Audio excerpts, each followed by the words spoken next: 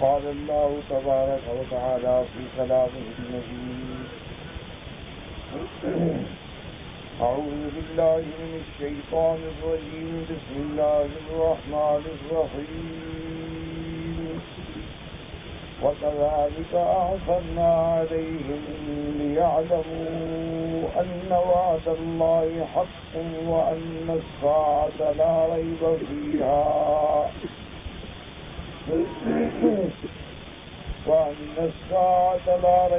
فيها إذ يتنازعون بينهم أمرهم فقالوا بنوا عليهم بنيانا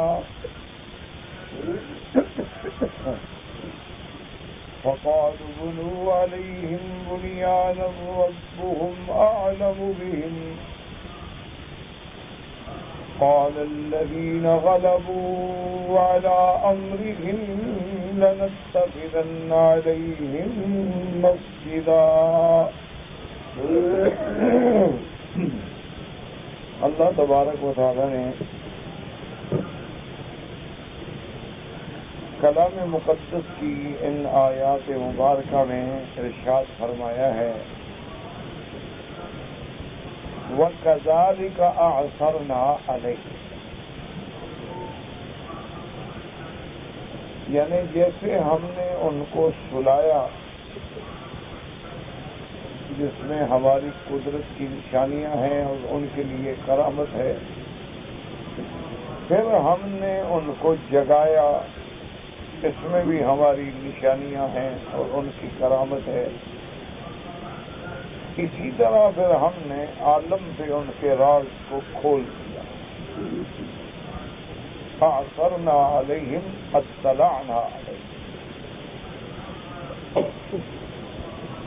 کیوں؟ لیعلموا، تاکہ عالم جان لے کہ ان وعد اللہ حق، اللہ کا وعدہ جو ہے وہ حق ہے اور قیامت کا آنا اس میں کوئی شک نہیں.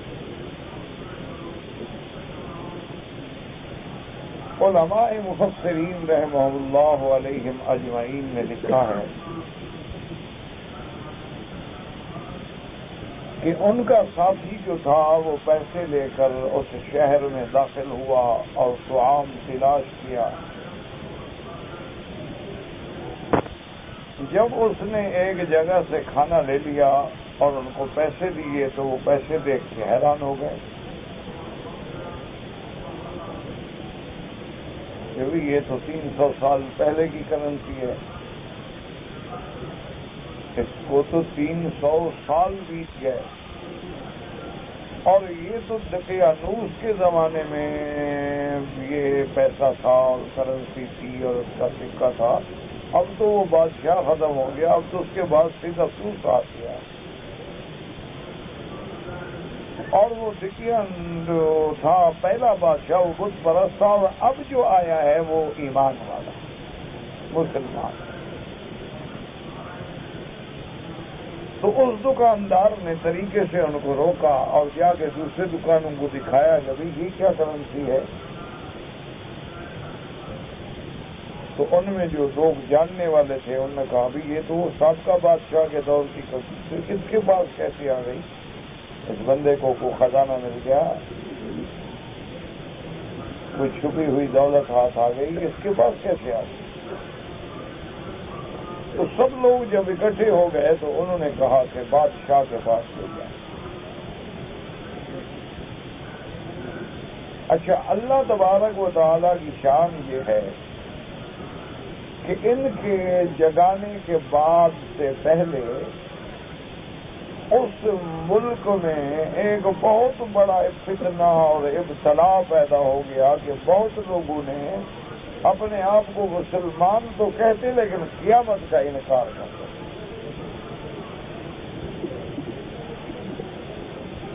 کیونکہ قیامت کا معاملہ ہی ایسا ہے جو انسانی عقل و فکر سے ماورا ہے اور وہ اللہ کی ہدایت اور وحی کی روشنی کے بغیر سمجھ ہی نہیں آ سکتا.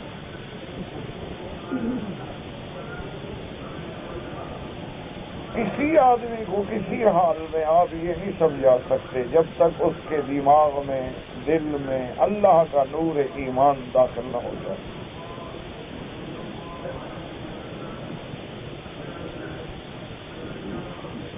تو بادشاہ چونکہ مسلمان تھا، وہ بہت فکر مند تھا کہ میرے ملک میں یہ کیا فتنہ پیدا ہو۔ وہ راتوں کو تہجد میں اٹھ کے اللہ سے دعا مانگتا کہ یا اللہ لوگوں کی ہدایت کا کوئی سبب پیدا کر۔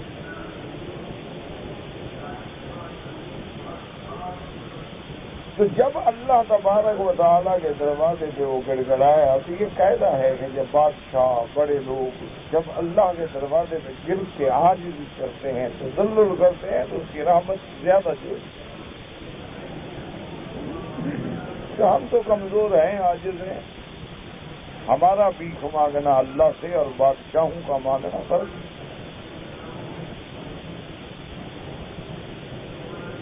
تو اس بادشاہ نے بھی اللہ سے رجوع کیا، اللہ سے دعائیں کی کہ یا اللہ میرے ملک میں یہ مسئلہ بہت الجھ گیا ہے۔ اسی دوران میں اللہ نے اس کی دعائیں سنی اور اس بندے کو سارا علاقے کے لوگ اکٹھے ہو کے بادشاہ کی دربار میں لے آئے کہ جناب یہ تو عجیب بات ہے، وہ بندہ ہے اور اس کے پاس پرانی کرنسی ہے،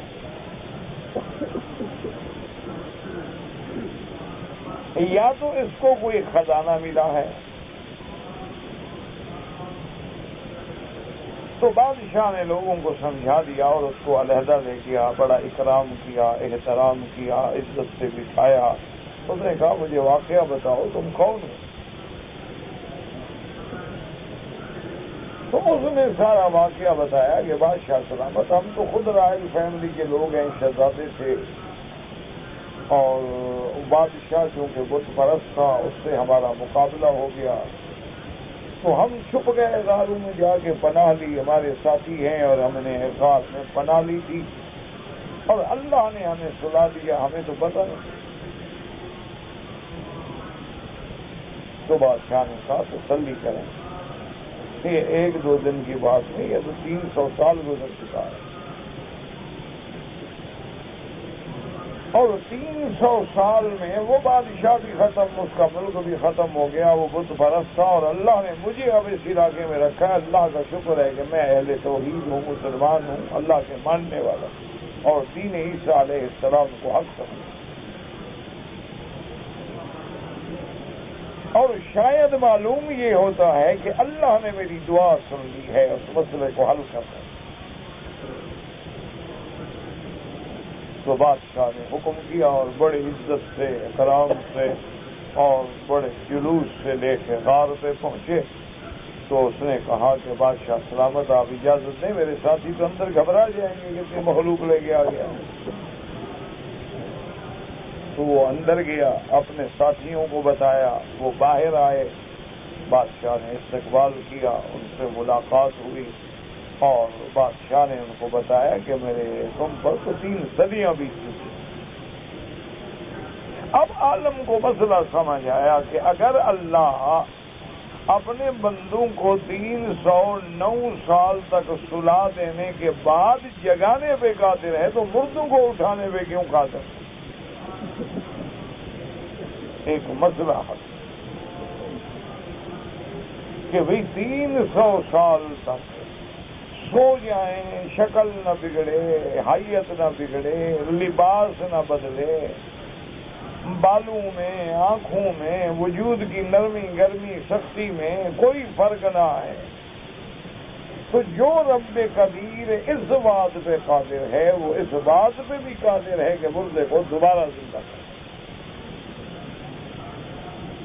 تو اصحاب کہف کا جو واقعہ ہے وہ اس بات قیامت کے لیے ایک بہت بڑا برہان ہے، بہت بڑی دلیل ہے اور بہت بڑی نشانی ہے، اور خاص طور پہ ان لوگوں کے لیے جنہوں نے اپنے آنکھوں سے دیکھا۔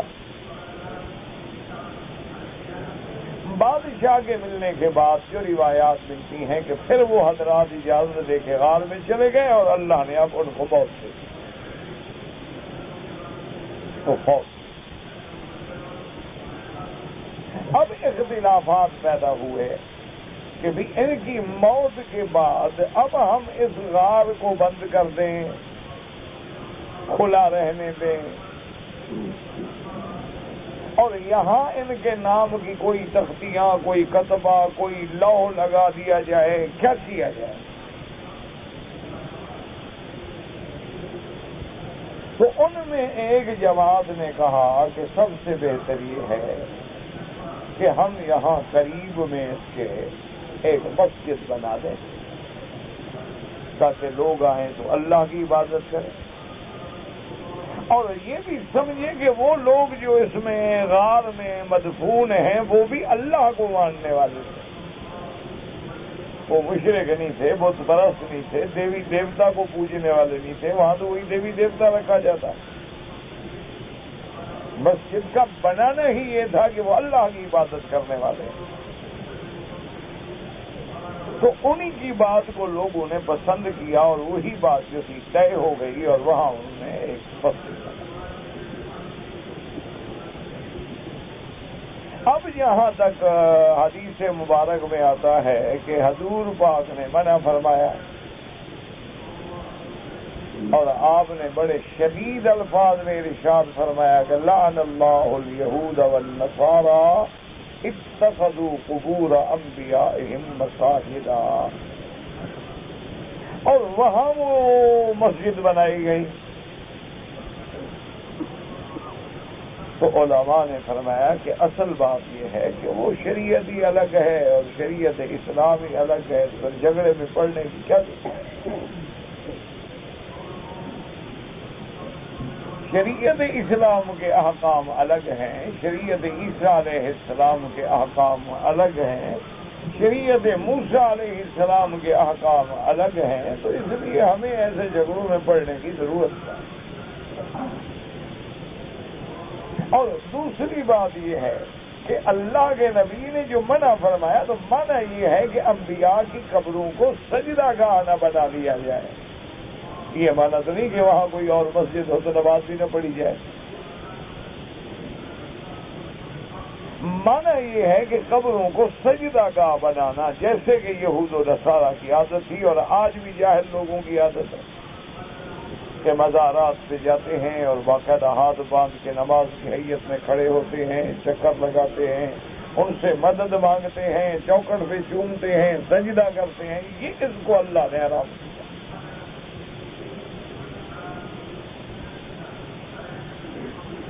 یہ وہ چیز ہے جو آدمی کو شرک کی طرف لے جانے والی ہے، اس لیے اسلام نے پابندی لگا دی کہ خبردار قبروں پہ سجدہ نہ کرنا۔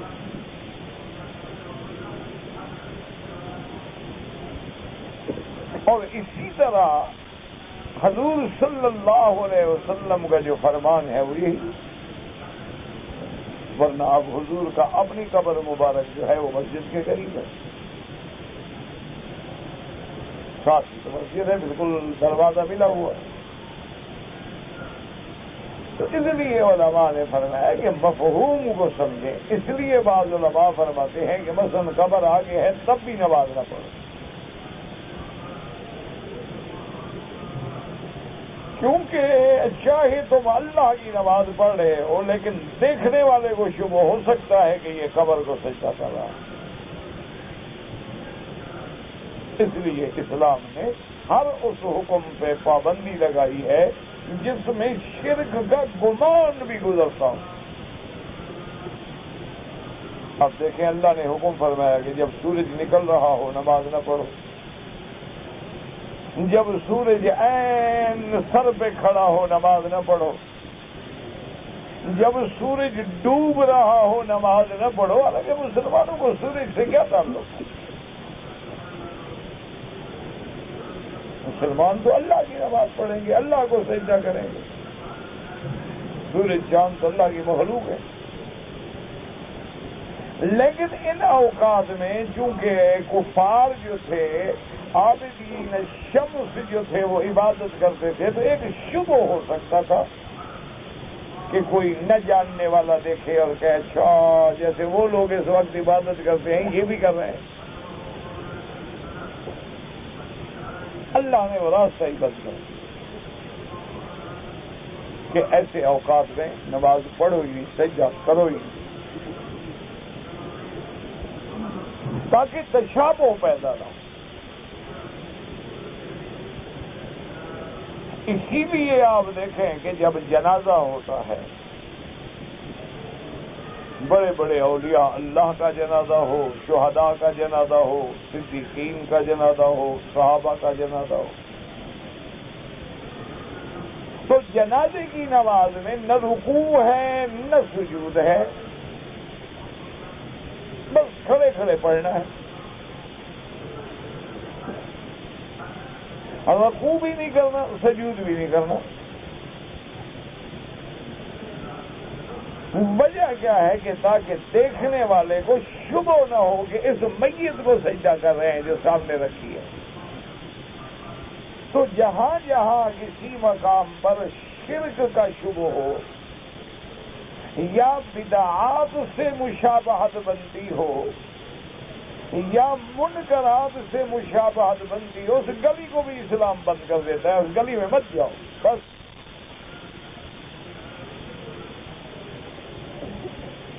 حضور دو عالم، رحمت دو عالم، سیدنا محمد الرسول اللہ صلی اللہ علیہ وسلم جب مدینہ منورہ تشریف فرما ہوئے تو آپ نے دیکھا کہ یہود جو ہیں وہ یوم عاشوراء یعنی 10 محرم کا روزہ رکھتے ہیں۔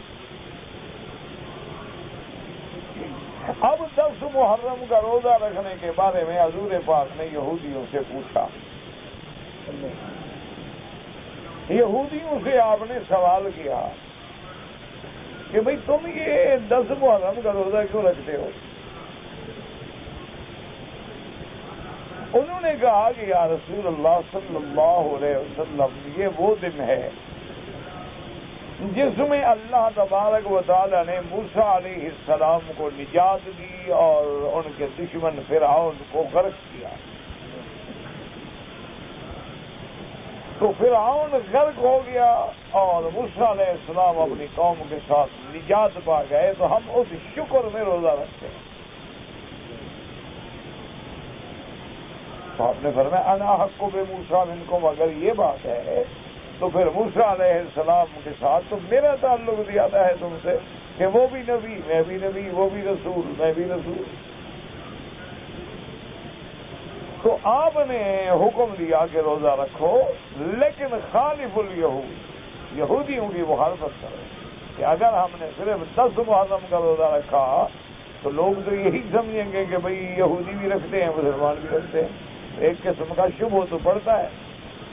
حضرت نے فرمایا نہیں، روزہ بھی رکھو لیکن ان کی مخالفت بھی کرو، صوموا یومن قبلہ او یومن بعدہ، یا تو 9 کو ملا کے 9 اور 10 کا روزہ رکھو یا 10 اور 11 کا روزہ رکھو، تاکہ 10 عاشورہ کا روزہ بھی ہو جائے اور مشابہت بھی یہود سے نہ بنے۔ حضور صلی اللہ علیہ وسلم نے حکم، تو اس لیے ہمیشہ یاد رکھیں کہ جہاں تک بزرگوں کی مزارات پہ سجدہ ہے، یہ تو شرک تک لے جانے والی۔ باقی جو لوگ بیچارے دھوکہ دیتے ہیں اور عوام الناس کو ورغلاتے ہیں اور ان کے عقیدوں کو خراب کرتے ہیں اور کہتے ہیں نہیں جناب فرق ہے، ایک عبادت کا سجدہ ہوتا ہے، ایک تعظیم کا سجدہ ہوتا ہے۔ اللہ کی تو ہم عبادت کرتے ہیں نا، بزرگوں کی تو ہم تعظیم کرتے ہیں۔ وہ کہتے ہیں دیکھو جی جیسے آدمی اپنے ماں باپ کے آگے بھی جھکتا ہے،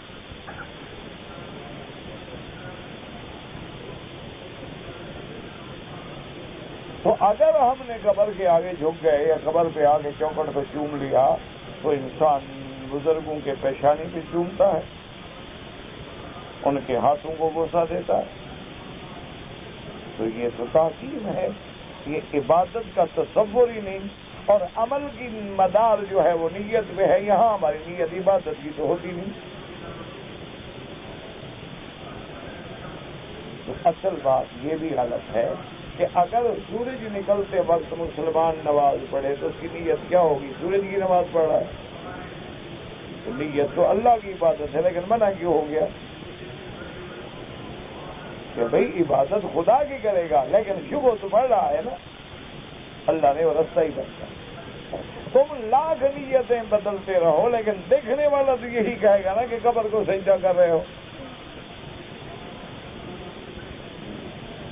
اور اگر قبر کا سجدہ تعظیم کے لیے ہے، اللہ کا سجدہ عبادت کے لیے ہے، یہ 1400 سال کے بعد تمہارے مولوی کو تو سمجھ آ گیا، نعوذ باللہ اللہ کے نبی کو یہ بات سمجھ نہیں آئی۔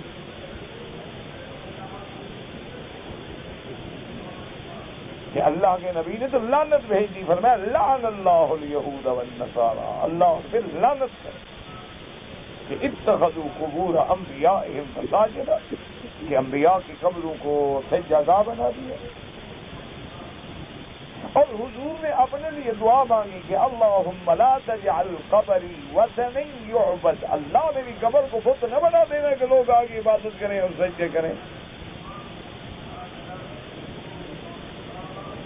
تو حضور پاک کو نعوذ باللہ یہ بات سمجھ نہیں آئی کہ عبادت کا سجدہ الگ ہے، تعظیم کا سجدہ الگ ہے، ان کو سمجھ آ گئی۔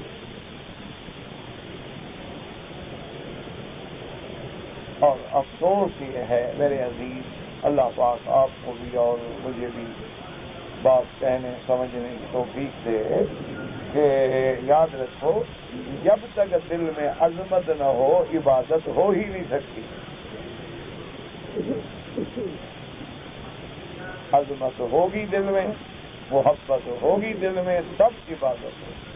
اگر اللہ کی عظمت دل میں نہ ہو اور تعظیم دل میں نہ ہو تو کون سجدہ کرے؟ اسی تعظیم سے ہی تو سجدہ کرتا ہے آدمی کہ اللہ کے آگے کیوں جھک رہا ہے۔ تو یہ بہانے کرنا جو ہے بڑا اللہ معاف کرے۔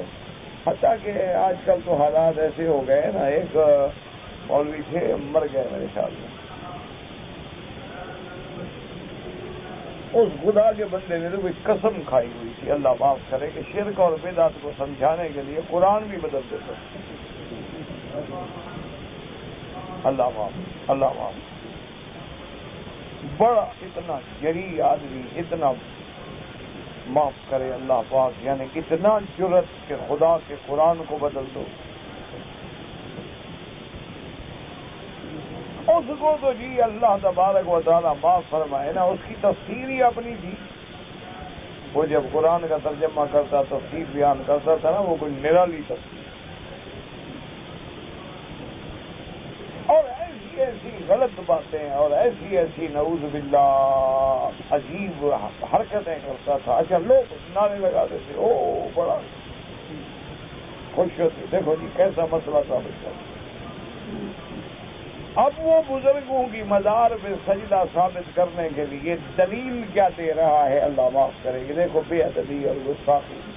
کہتا ہے جی ہر یہ وہابی مولوی جو ہیں ذات اپنی بیوی کو نہیں سجدہ کرتے، چومتے، تو بیوی کو جائز ہے، بزرگ کو ناجائز ہے؟ اب اندازہ کریں بزرگ کو کیا بنا دیا۔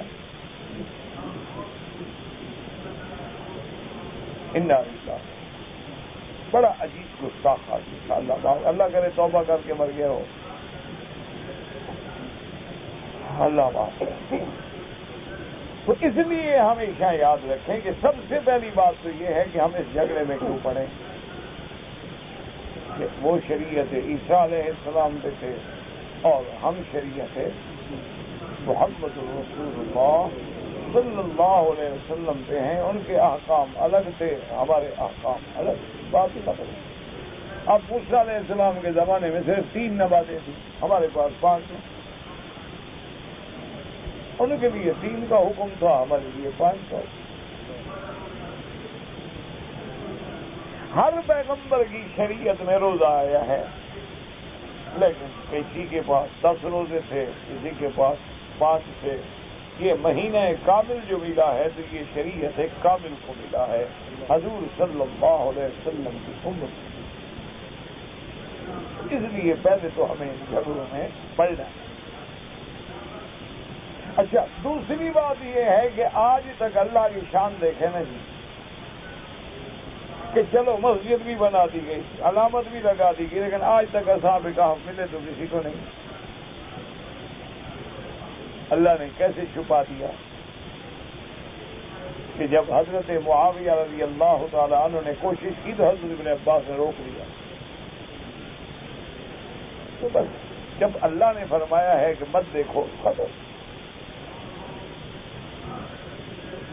حضرت معاویہ نے پھر بھی جستجو کی کہ پتہ نہیں ہے تو ان کی زندگی کے وقت کا حکم ہو یا جب قرآن نازل ہوا اس وقت حکم ہو، اب تو مدتیں گزر گئی، ان کو موت آ گئی، اب دیکھنے میں کیا حرج ہے، لیکن دیکھنے والے پھر بھی نہ دیکھ سکتے۔ اچھا، اب یہ ہوتا ہے کہ لوگ کہتے ہیں دیکھو جی فلاں جگہ مسجد کی وجہ یہ ہوتی ہے کہ جب ایک جگہ کا استعمال غلط شروع ہو جائے تو فقہا پھر یہی فتویٰ دیتے ہیں کہ اس جگہ کو ختم کرو۔ جیسے کہ حضور کا زمانہ مبارک گزر گیا، حضرت صدیق کا زمانہ گزر گیا، حضرت عمر کا زمانہ آ گیا۔ آپ جب تشریف لے آئے مدینہ منورہ سے اور مقام حدیبیہ سے گزرے، اچھا کبھی کبھی مجھے یعنی ایک طالب العلمانہ اشکال پیدا ہوتا ہے، کبھی مدینے کا راستہ تو یہ ہے جس کو ہم آپ اختیار کرتے ہیں، تو حدیبیہ جانے کا کیا وجہ تھی؟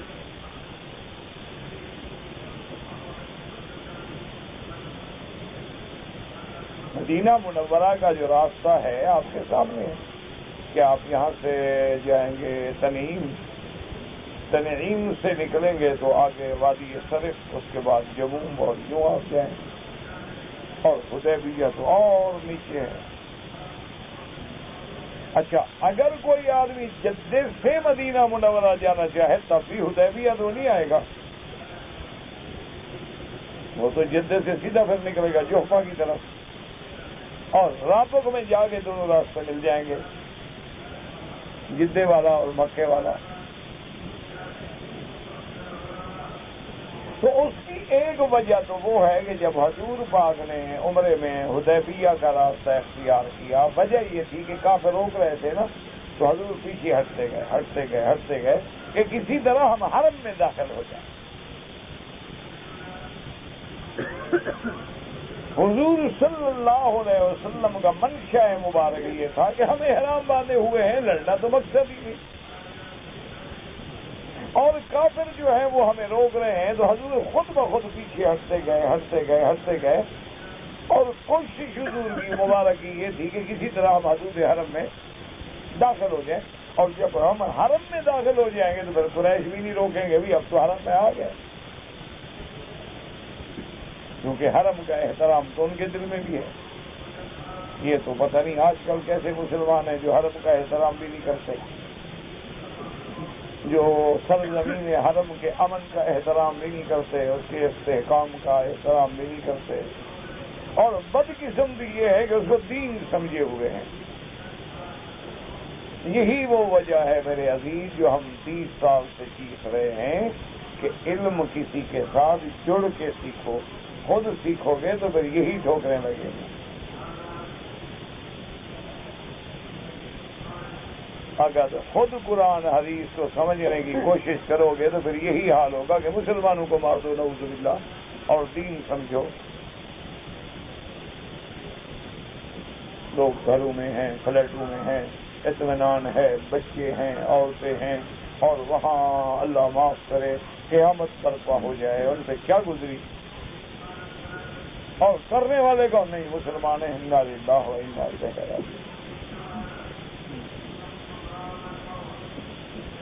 تو اس لیے حضور صلی اللہ علیہ وسلم نے وہ راستہ اختیار کیا، لیکن خدا کی شان یہ ہے کہ حد حرم کے بالکل قریب سے حضور کی اونٹنی بیٹھ گئی، داخل نہیں ہوئے، اللہ کو یہی منظور تھا۔ حالانکہ جس جگہ حضور پاک نے قیام فرمایا سامنے حرم ہے، بالکل یعنی بارڈر پہ ہیں، حرم بالکل ساتھ ہے حدیبیہ کے، لیکن اللہ کو یہی ہے۔ تو بعد میں صحابہ شاید وہ راستہ اختیار کرتے تھے کہ بھی حضور پاک نے جو اختیار فرمایا، لہذا ہم اسی راستے کو اختیار کریں. اور دوسری وجہ یہ سمجھ آئی کہ اصل وجہ یہ بھی ہو سکتی ہے کہ پہلے دور میں چونکہ اہتمام نہیں ہوتا تھا، تو جب پہاڑوں سے بارش کا پانی گرتا تھا، ابھی دیکھا نہیں چند دن پہلے وہ سیل آئی اور گاڑیاں ٹرک روڈ پہ اٹھا کے پھینک دی. اس دور میں جب سیل آتی تھی نا جی تو راستے کٹ جاتے تھے، تو پھر آدمی راستہ بدلتا تھا کہ جہاں سے موقع ملے گزر جاؤ. وہ ندیاں بن جاتی تھی، راستے بن جاتے تھے، جھیلیں بن جاتی تھی. عبور کیسے کرو؟ تو بہرحال سیدنا امیر المؤمنین عمر بن الخطاب الناطق بالحق والصواب رضی اللہ تعالی عنہ وارضاہ جب آئے حدیبیہ تو دیکھا کہ درخت پر صحابہ تلواریں لٹکا رہے ہیں، کوئی کپڑا لٹکا رہا ہے. پوچھے کیا بات؟ انہوں نے کہا امیر المومنین یہ وہی درخت تو ہے جس کے نیچے حضور نے بیٹھ کے بیعت لی. وہ درخت ہے. انہوں نے کہا کاٹ. صحابہ نے کہا امیر المومنین یہ درخت ہے، حضور اس کے نیچے بیٹھے تھے، آپ کہتے ہیں کاٹ دو. فرمایا اب ہم صحابہ حضور کے دور کے لوگ ہیں، اگر ہم یہ غلطیاں کر رہے ہیں آنے والے تو سجدہ شروع کر دیں گے درخت کو. محبت اپنی جگہ ہے لیکن شریعت اپنی جگہ. اور اصل بات کیا ہے؟ اتباع شریعت. بس حضرت عمر نے حکم دے دیا کاٹ. کیونکہ جب درخت ہی نہیں ہوگا تو کوئی کیا کرے گا؟ اور صدق عمر، حضرت عمر سچے تھے. دیکھا نہیں مدینہ منورہ میں جو حضرت سلمان الفارسی رضی اللہ تعالی عنہ کا باغ مبارک جس میں حضور پاک نے اپنے ہاتھ سے کھجوریں لگائیں، تو بعض کھجوریں جو تھی نا تو حاجی صاحبان نے ان کو گلے لگا لگا کے کھجور ہی ختم کر دی. ماشاءاللہ.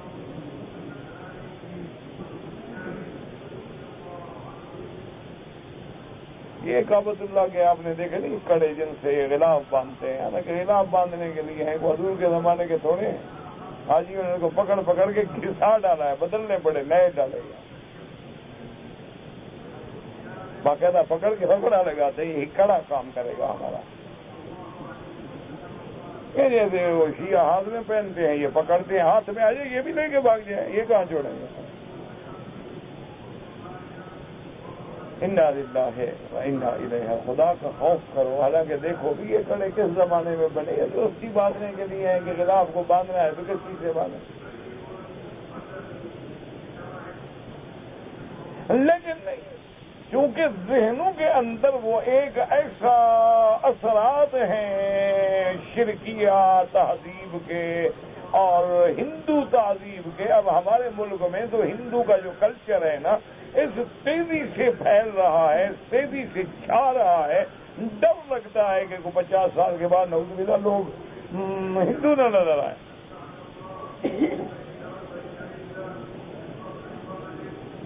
کہیں بسنت منائی جا رہی ہے، کہیں ویلنٹائن ڈے منایا جا رہا ہے، کہیں ہندوؤں کے مکالمے کہے جا رہے ہیں، کہیں وہی انداز، وہی کڑے پہنے جا رہے ہیں، اسی طرح تلک لگائے جا رہے ہیں، اسی طرح کی چوٹیاں بنائی جا رہی ہیں، اسی طرح کی لنگیاں باندھی جا رہی ہیں. انا للہ و انا الیہ راجعون. بالکل یعنی پہلے تہذیب مغرب میں ہمارے مسلمان بہ گئے، اب ہندو کلچر میں آ گئے.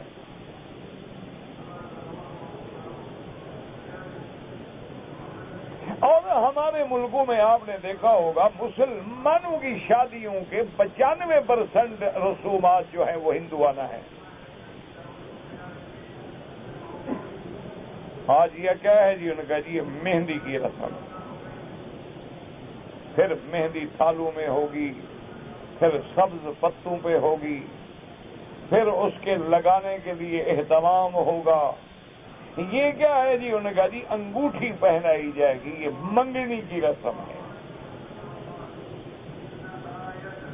وہ جناب دولہا آئے گا اور سب کے سامنے اپنی ہونے والی دلہن کے ہاتھ میں انگوٹھی ڈالے گا، وہ اس کے ہاتھ میں انگوٹھی ڈالے گا.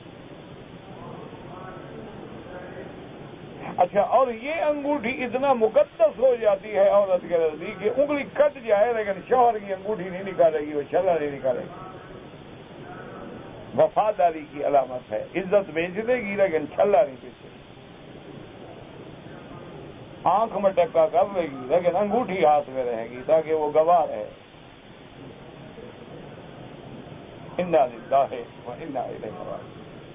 اچھا، اس کے بعد جناب یہ دیکھیں کہ جی اب بارات نکلے گی، آگے بینڈ باجا ہوگا، دولہا گھوڑے پہ ہوگا، ایک بہت سراور پہنا ہوا ہوگا، یہ کیا ہے؟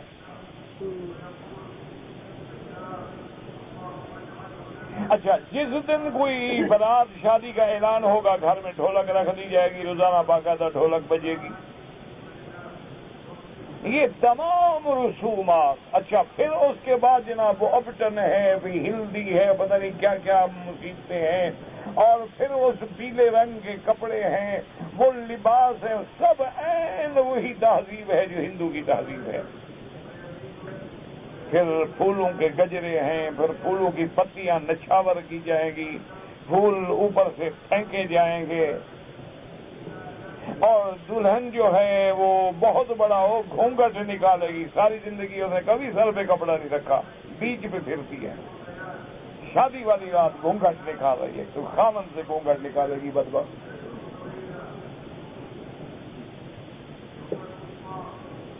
ساری زندگی دوپٹہ اس کا، پہلے دوپٹہ سر پہ ہوتا تھا، پھر گلے میں ہوتا تھا، اب الٹا ہوتا ہے، یعنی یہ منہ ڈال کے پیچھے ڈال دیتے ہیں۔ یہ کس کی تہذیب ہے؟ آپ مطالعہ کریں، آپ دیکھ لیں، آپ ماشاءاللہ مجھ سے زیادہ قابل آدمی ہیں، آپ کے معلومات تو مجھ سے زیادہ ہوں گے، ہم تو اخبار رسالہ پڑھ کے گزارا کرتے ہیں، آپ تو فلمیں دیکھتے ہیں، اخباریں وغیرہ پڑھ کے چٹخارا وٹخارا تو مولوی بھی لے لیتا ہے، مولوی فرشتہ ہوتا ہے بنا، وہ بھی تمہاری طرح کا بندہ ہوتا ہے۔ لیکن بات سنیں کہ ہم کس تہذیب میں رنگے جا رہے ہیں؟ حضور ہمیں اسلام کی تہذیب دیتے ہیں، اسلامی تمدن، اسلامی تہذیب، اسلامی ثقافت، اسلامی صورت، اسلامی سیرت، اور ہم کس کی صورتیں سیرتیں لیتے چلے جا رہے ہیں؟ اچھا، اب ایک نیا رواج آ گیا کہ جو ہندوؤں کے بڑے بڑے لیڈر ہیں وہ ہمارے اولیاء بزرگوں حضرت معین الدین اجمیری کی قبر پہ جاتے ہیں۔ کیوں؟ مسلمانوں کو پتا ہو کہ ہم کیسے تمہارے بزرگوں کے عقیدت مند ہیں، کتنا احترام کرتے ہیں۔ ویسے ہم زندہ بچوں کو بھی جلا دیتے ہیں، عورتوں کو بھی جلا دیتے ہیں، لیکن حضرت چشتی کی مدار پہ آئے کھڑے۔ اور مسلمان لیڈر جب جاتے ہیں تو یہ ہندوؤں کی سمندیوں میں جاتے ہیں، یہ گاندھی کی سمندی ہے، بہت بڑا لیڈر تھا جو نے اتنے مسلمان بنوائے۔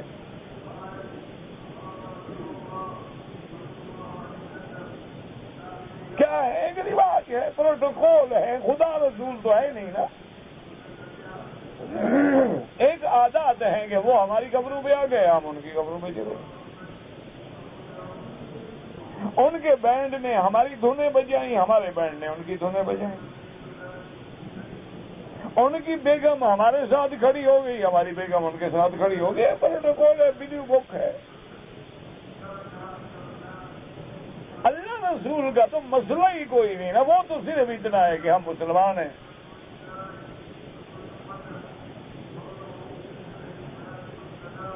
اسی لیے اقبال روتا تھا نا کہ یوں تو سید بھی ہو، مرزا بھی ہو، افغان بھی ہو، پر یہ تو بتاؤ کہ مسلمان بھی ہو۔ اسی لیے وہ بیچارہ روتا تھا،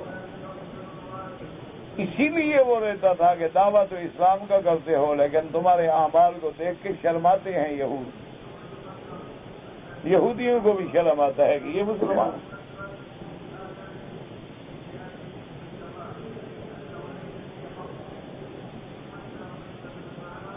مجھے ایک دفعہ یاد رکھے کہ دوست نے واقعہ سنایا، اس نے کہا جی میں بڑا پریشان ہوا کہ ایک نوجوان انگریز اتفاق سے جہاز میں سیٹ کٹھی ہو گئی، یہ سیٹ تھی اس کی، کٹھے بیٹھ گئے۔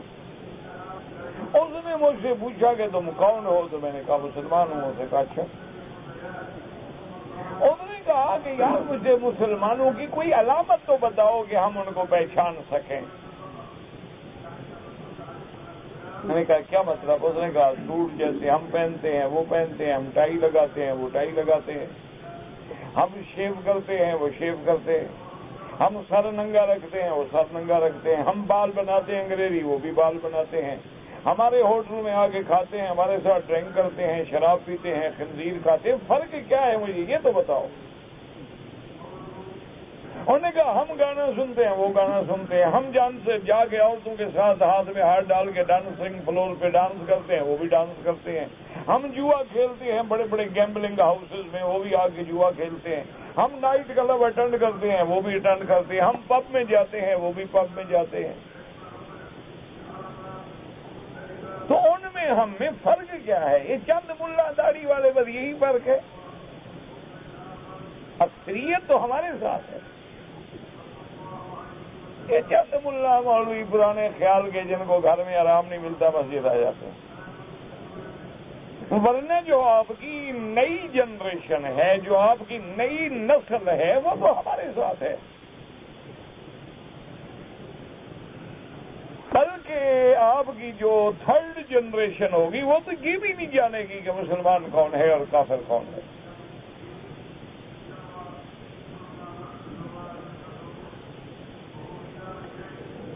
میں خود ایک دفعہ ٹورنٹو میں ایک جگہ گیا تو میرے ایک جاننے والے تھے اور ہم لوگوں کا تو جوگیوں والا پھیرا ہوتا ہے, کہیں ادھر ڈوبے ادھر نکلے, ادھر ڈوبے ادھر نکلے, کہیں جلسہ کہیں درس کہیں نکل گیا. تو میں نے اس سے احتیاطاً فون کر دیا, میں نے کہا خان آدمی ہے, یہ خان لوگ جو ہے نا میرے دلوں میں بڑی غصہ رکھتے ہیں کہ آئے ہمیں ملے نہیں. میں نے اس کو فون کیا, میں نے کہا یار ہم تمہارے شہر میں آ رہے ہیں. انہوں نے کہا میں نے پڑھا تو تھا اخباروں میں پریشان تھا کہ کیسے رابطہ کروں,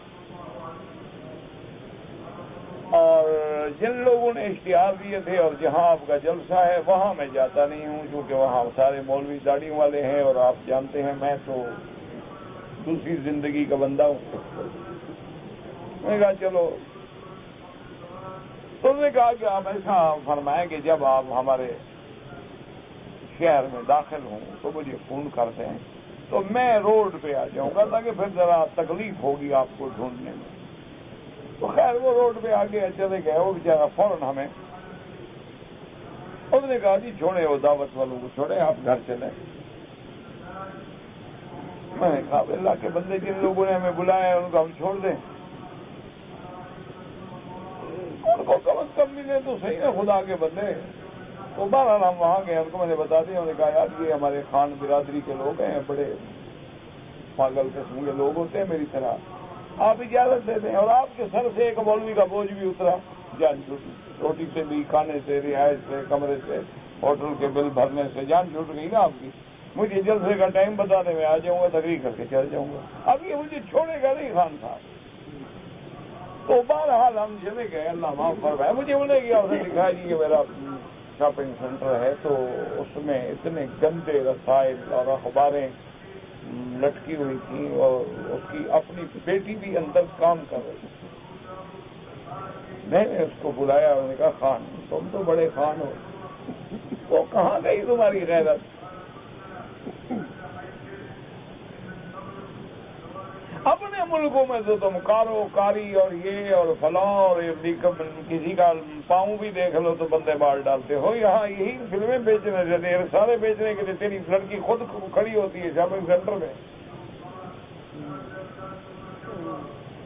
اس نے کہا مکی صاحب وہ غیرت تو اس دن سے ختم ہو گئی جس دن سے ہم نے ملک چھوڑا, وہ تو ختم ہو گئی. یہ بچے یہاں پیدا ہوئے ہیں, اب تو ہم ان کے ساتھ نوکر بن کے زندگی گزار رہے ہیں. اب غیرت کی باتیں کرتے چھوڑو, کہاں گئی غیرت؟ نہ ہم میں ایمان ہے, نہ خدا ہے, نہ رسول ہے, نہ حیا ہے, نہ غیرت ہے. اب ہم زندگی کے دن گزار رہے ہیں, کوشش کر رہے ہیں کہ کسی طرح بچوں کو اس ماحول سے نکالیں. وہ جناب اس نے تعارف کرایا کہ مولانا مکی انکل، وہ جناب اس کی لڑکی نوجوان بالکل نعوذ باللہ نیم موریاں لباس، اور آ کے مجھے ہاتھ میں نے ہاتھ لے لیا، السلام علیکم بیٹی، ٹھیک ہو، خیریت ہو؟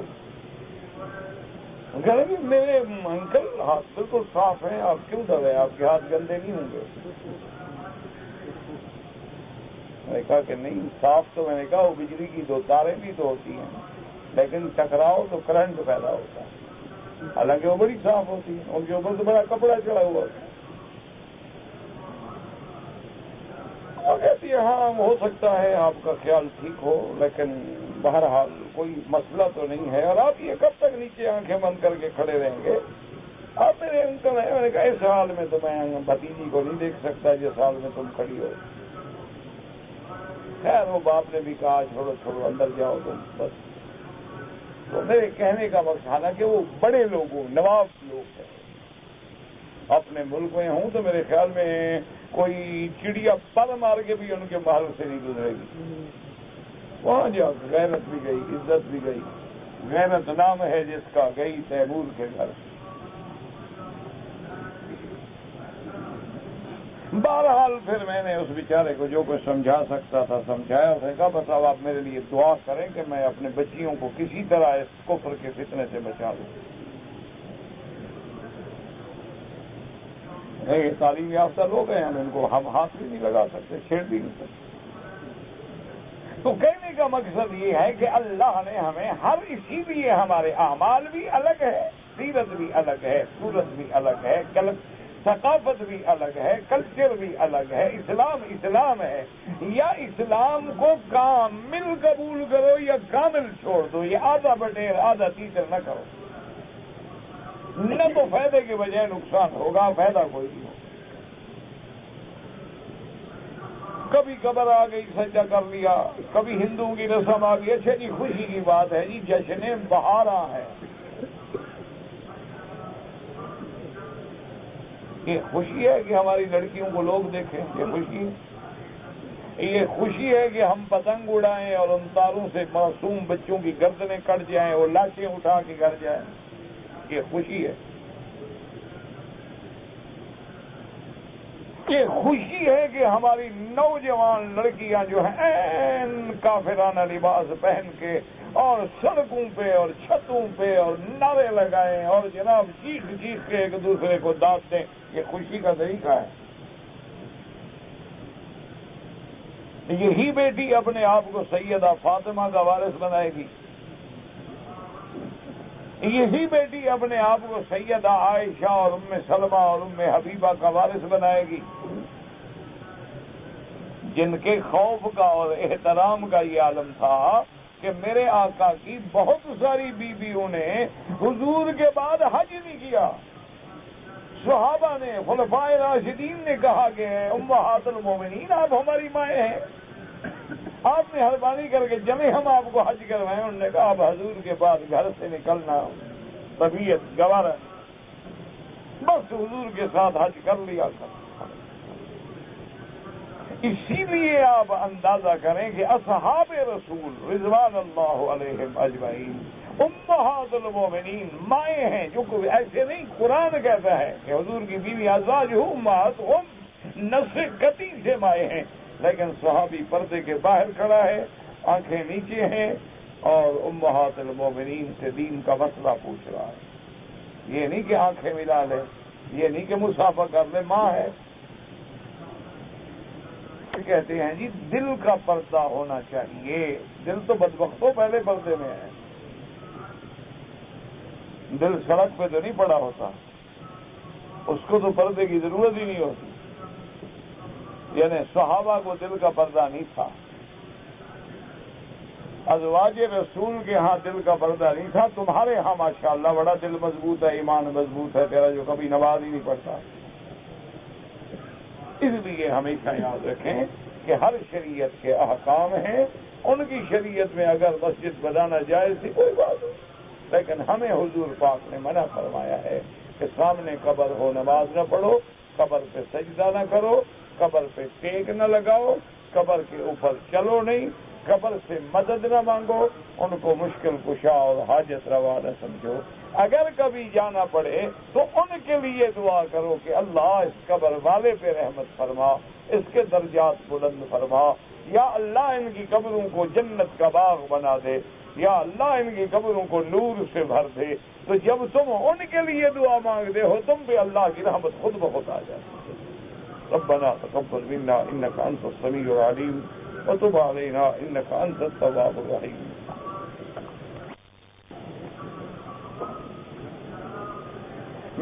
مجھے حرم میں کام کرتا ہوں، ایک آدمی نے 15 ریال دیے ہیں جو دم کے ہیں، 15 ریال میں کو دم ملتی ہے، یہ کیسی دم ہے؟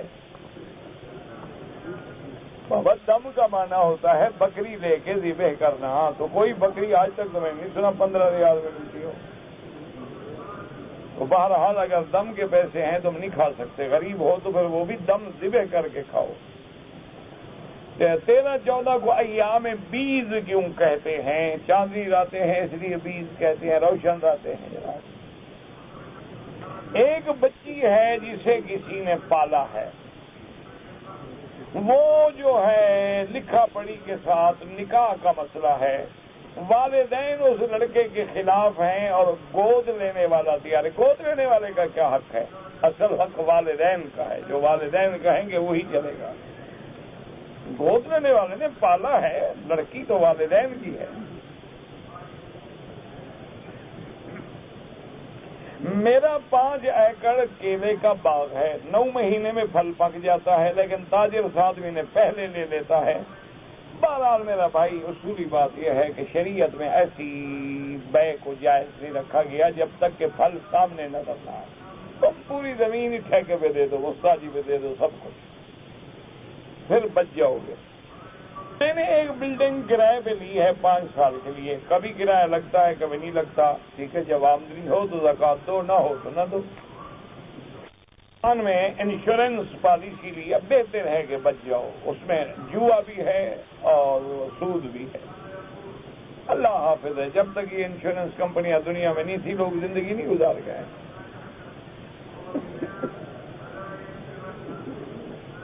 کہتے ہیں جی کہ آپ رہتے کہاں ہیں، گھر کہاں ہے اور کیوں، کیا کیا؟ میں مکہ میں رہتا ہوں جناب، جب ملنا ہو حرم میں مل لو، جب ملو گے ضرورت ہوئی تو میں آپ کو ساتھ گھر بھی دے چلوں گا، کوئی پابندی نہیں، کوئی مسئلہ نہیں۔ آسان بات ہے نا حرم میں ملنا، گھر کہاں ڈھونڈو گے؟ تو صبح کی نماز کے بعد بھی الحمدللہ، اور مغرب سے عشاء تک بھی، اور عشاء کے بعد بھی، پھر میں یہیں آ جاتا ہوں، تو آپ مجھے مل لیں۔ کوئی ایسی بات ہے تو اہلاً و سہلاً، بالکل گھر آئیں۔ صحابہ کرام ابو حنیفہ کے صحابہ اس زمانے میں ابو حنیفہ تھے نہیں، تو مقلد کا کیا مانا؟ پھر عقل کرو نہ، تمہیں حضرت امام ابو حنیفہ سے بغض کیوں ہے، تکلیف کیوں ہے، یہ بتا۔ اللہ کے بندے، صحابہ کا زمانہ جو ہے حضور موجود ہے، کسی کی اور کسی سے پوچھنے کی ضرورت ہی نہیں۔ حضرت علی رضی اللہ عنہ کو کیوں شہید کیا گیا؟ جنگیں ہوئی، خوارج کے ساتھ شہید ہو۔ ایک آدمی دوسرے سے پیسے دے کر زمین لیتا ہے، اب لیتا ہے کیا مانا؟ خریدتا ہے، رہن پہ لیتا ہے، مستاجری پہ لیتا ہے، جب تک وضاحت نہ ہو مسئلہ کیسے بیان کرے آدمی؟ میرے دل میں تکلیف ہے، دعا کریں اللہ سب کو شفا دے، اللہ سب بیماروں کی بیماریاں دور فرمائے۔ مجھے بھول جاتی ہے بات، اللہ سے دعا کریں، زمزم پی کے دعا کیا کریں، زمزم ہر بیماری کا علاج ہے۔ کہتے ہیں جی ہمارے ملک میں رواج ہے کہ جب عورت مرنے لگتی ہے تو مہندی لگاتے ہیں، ماشاءاللہ، شادی پہ بھی لگاتے ہیں، موت پہ بھی لگاتے ہیں، یہ الٹی گنگا ہے۔ انا للہ، وہ مر رہی ہے، وہ مہندی لگا رہی ہے، لا حول ولا قوت۔ محرم وہ ہوتا ہے جس سے نکاح حرام ہو، جیسے بھائی، بیٹا، بیوی، باپ، جن سے نکاح حرام وہ محرم، نکاح حلال وہ محرم نہیں۔ بھابھی کی اور دیور، یہ تو موت ہے، دیور کو تو کبھی گھر میں نہ آنے دیا تھا، سب سے بڑا خطرہ تو دیور ہوتا ہے۔ حضور نے فرمایا الحم والموت، آپ نے فرمایا یہ تو موت ہے۔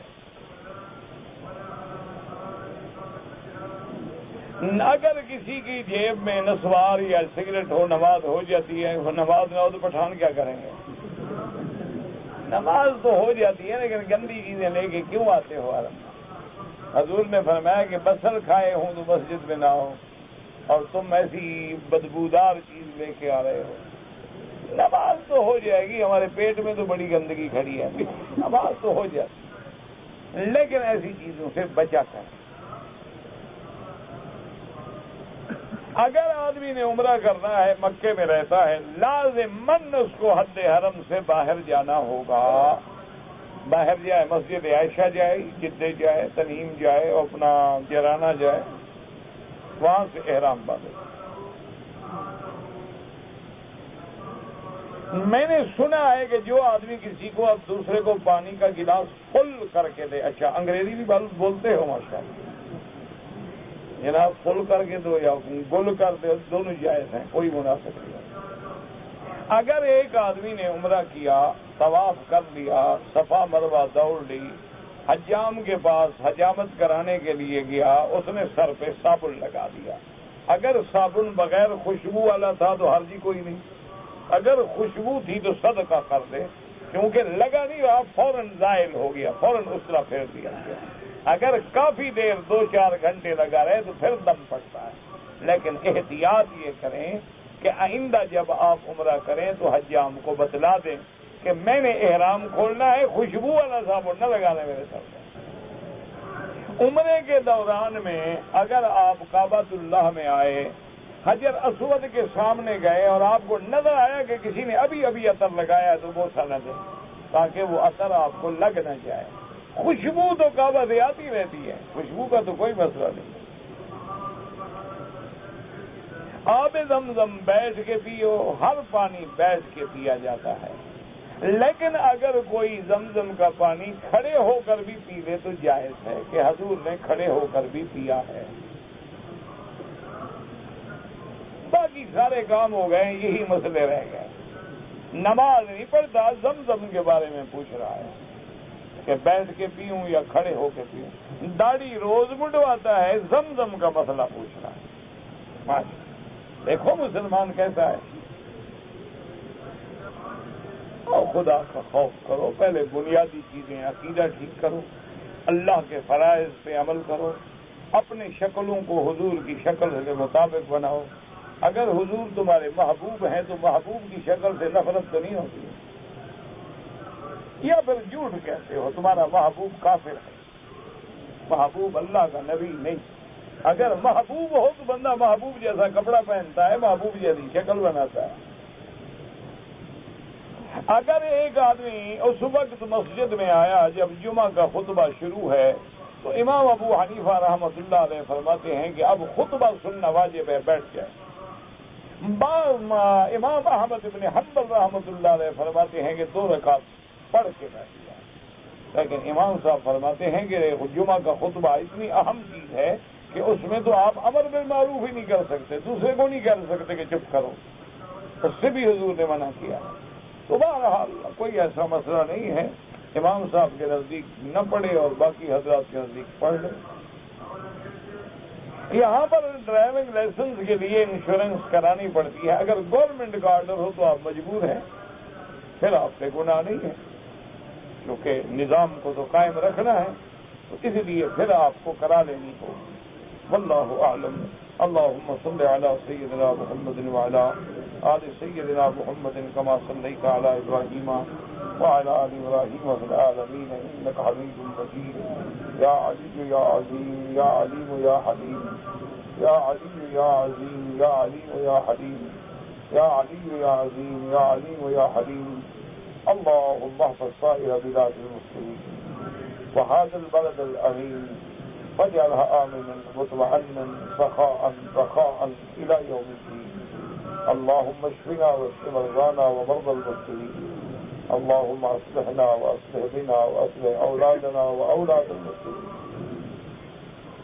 اللهم اصلح ذرياتنا وذريات المسلمين، اللهم اجعلنا واجعلهم من عبادك الصالحين، اللهم اصلح لنا شاننا كلها فلا تكلنا الى انفسنا طرفة عين قط ولا اقل من ذلك. یا اللہ بیماروں کو شفا عطا فرما. یا اللہ ہم سب کی ظاہری باطنی روحانی جسمانی نفسانی بیماریاں دور کرنا.